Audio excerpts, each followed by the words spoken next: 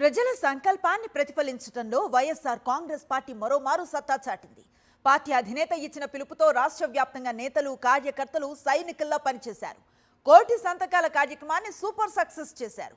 కేవలం 2 నెలల్లోనే 1,04,00,000కు పైగా సంతకాలను సేకరించి ప్రజా ఉద్యమాల చరిత్రలో సరికొత్త రికార్డును సృష్టించారు. ఈ నేపథ్యంలో మాజీ సీఎం వైఎస్ జగన్మోహన్ రెడ్డి ఇచ్చిన మాస్ వార్నింగ్ కూటమి పాలకుల గుండెల్లో రైళ్లు పరిగెత్తిస్తోంది. జననేత ఇచ్చిన పిలుపుతో మొత్తం క్యాడర్ అంతా కదలి వచ్చింది. 1,04,11,136 సంతకాలను సేకరించారు. ఇదొక చరిత్ర. దేశంలోని ఏ పార్టీ కూడా ఇంత తక్కువ కాలంలో ఈ స్థాయిలో సంతకాల సేకరణ చేయలేదు. ప్రజల ఆరోగ్యాన్ని ఆకాంక్షించిన వైఎస్ఆర్సీపీ నేతలు 1,00,000 సంతకాల కార్యక్రమాన్ని చిత్తశుద్ధితో టేకప్ చేశారు. జనం కూడా అదే స్థాయిలో స్వచ్ఛందంగా స్పందించారు. ఊరు వాడా కదిలి వచ్చి సంతకాలు చేశారు. సమర సంతక నినాదం చేశారు. కరోనా సమయంలో ప్రజల కష్టాలను స్వయంగా చూసిన వైఎస్ జగన్ దూరదృష్టితో ఆలోచించారు. రాష్ట్ర వ్యాప్తంగా వైద్య ఆరోగ్య రంగంలో మౌలిక సదుపాయాలుండాలని, అవి నాణ్యంగా ప్రజలకు అందుబాటులో ఉండేలా ఉండాలని ఆలోచించారు. ఈ సదాశయంతో ప్రతి జిల్లాకు ఒక మెడికల్ కాలేజీని తీసుకురావాలని భావించారు. కేంద్రంతో సంప్రదింపులు జరిపి గతంలో ఎన్నడూ లేని విధంగా రాష్ట్రానికి 17 ప్రభుత్వ మెడికల్ కాలేజీలు తీసుకువచ్చి క్రమక్రమంగా వాటి నిర్మాణాన్ని చేపట్టారు. ప్రభుత్వ మెడికల్ కాలేజీల నిర్వహణకు సంబంధించి చక్కటి బ్లూ ప్రింట్ కూడా తయారు చేయించి అమల్లోకి తెచ్చారు.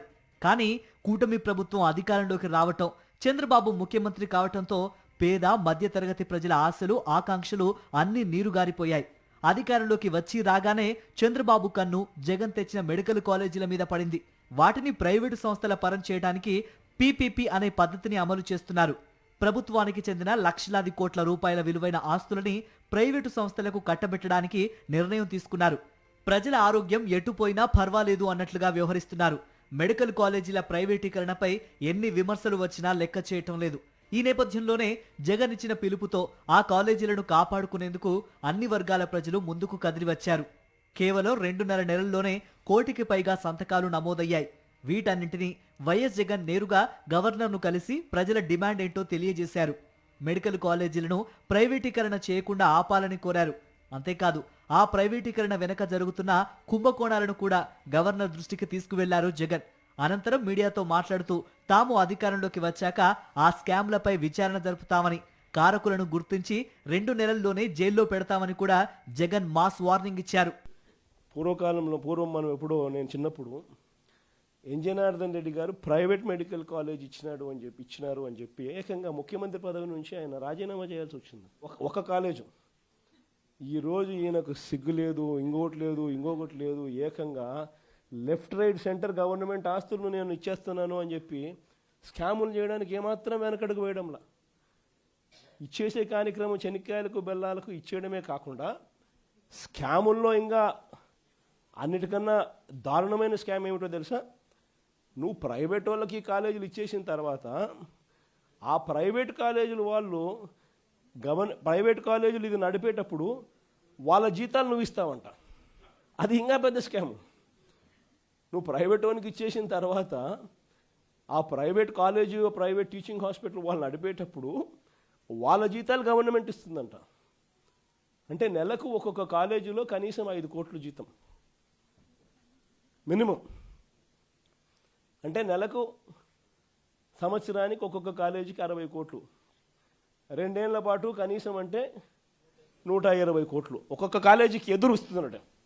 ఇది ఇంతకన్నా ఇంకా స్కామ్, ఇంతకన్నా దారుణమైన పరిస్థితి ఎక్కడైనా ఉంటుందని అడుగుతా ఉన్నా.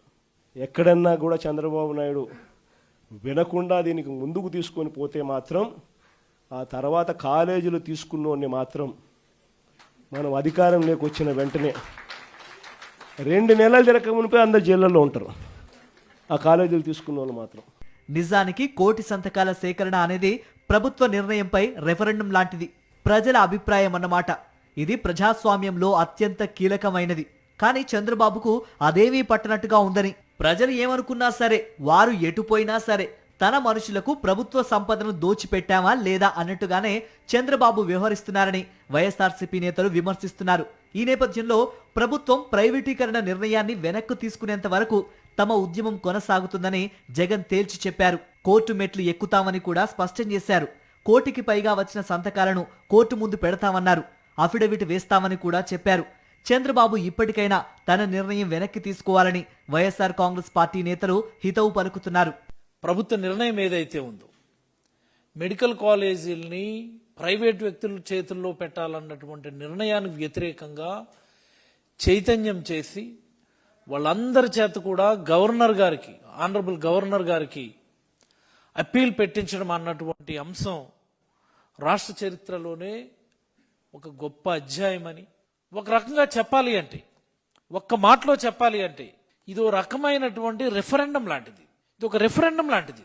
ఎప్పుడైతే ఈ ఉద్యమం మొదలైందో, ఎప్పుడైతే వైఎస్ఆర్ కాంగ్రెస్ పార్టీ కార్యకర్తలు నాయకుడు ఆదేశాలని తూచా తప్పకుండా ఇంటింటికి వెళ్లి చేరవేయగలిగినారు, ఎప్పుడైతే ప్రతి కుటుంబాన్ని కూడా కలవడం మొదలు పెట్టారు, అనేకమైనటువంటి అంశాలు చర్చకొస్తాయి. కోటి సంతకాల సేకరణ కార్యక్రమం విజయవంతంగా జరగటంపై వైఎస్ఆర్ కాంగ్రెస్ పార్టీ ఫుల్ జోష్లో ఉంది.